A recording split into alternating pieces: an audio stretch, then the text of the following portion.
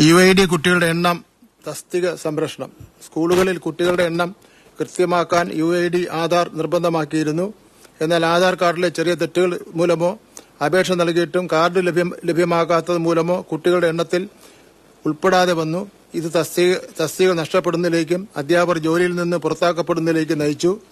ആധാർ ഇല്ലാത്തതിന്റെ പേരിൽ ഒരു അധ്യാപകന്റെയും ജോലി പോകരുതെന്ന് സർക്കാരിന് നിർബന്ധമുണ്ട്. അതുകൊണ്ട് 2025 ജൂലൈ 14 വരെ ആധാറിനായി അപേക്ഷിച്ച EID ഉള്ള കുട്ടികളെയും തെറ്റുകൾ തിരുത്താൻ അപേക്ഷിച്ചവരെയും പരിഗണിച്ച് തസ്തിക പുനർനിർണ്ണയിക്കാൻ ഉത്തരവിട്ടു.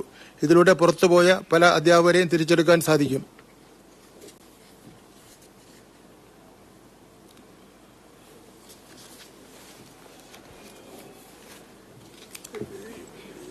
സുപ്രീം കോടതിയിൽ SLP ഫയൽ ചെയ്ത് പറഞ്ഞല്ലേ ഞാൻ നമ്പർ? അതെ, ഈ ഇപ്പോ ഇത് ബാധിക്കുന്നത് കോർപ്പറേറ്റ് മാനേജ്മെന്റ് 293 മാനേജ്മെന്റ് വരും. വ്യക്തിഗതമായിട്ട് വരുന്ന സിംഗിൾ മാനേജ്മെന്റ് 1771 വരും.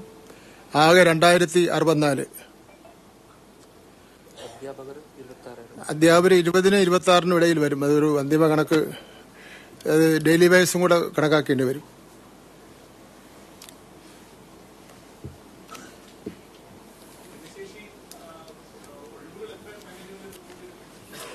അതാണ് ഈ കണക്ക് പറഞ്ഞത്. നമ്മൾ കണക്കെടുത്ത് വന്നപ്പോ ഒരു 20,000-ന് പുറത്ത് വരെ വരുന്നുണ്ട്. ഈ ഡെയിലി വേജസും കൂടെ മാനേജ്മെന്റ് എണ്ണം കോർപ്പറേറ്റ് മാനേജ്മെന്റ് 293, വ്യക്തിഗത സിംഗിൾ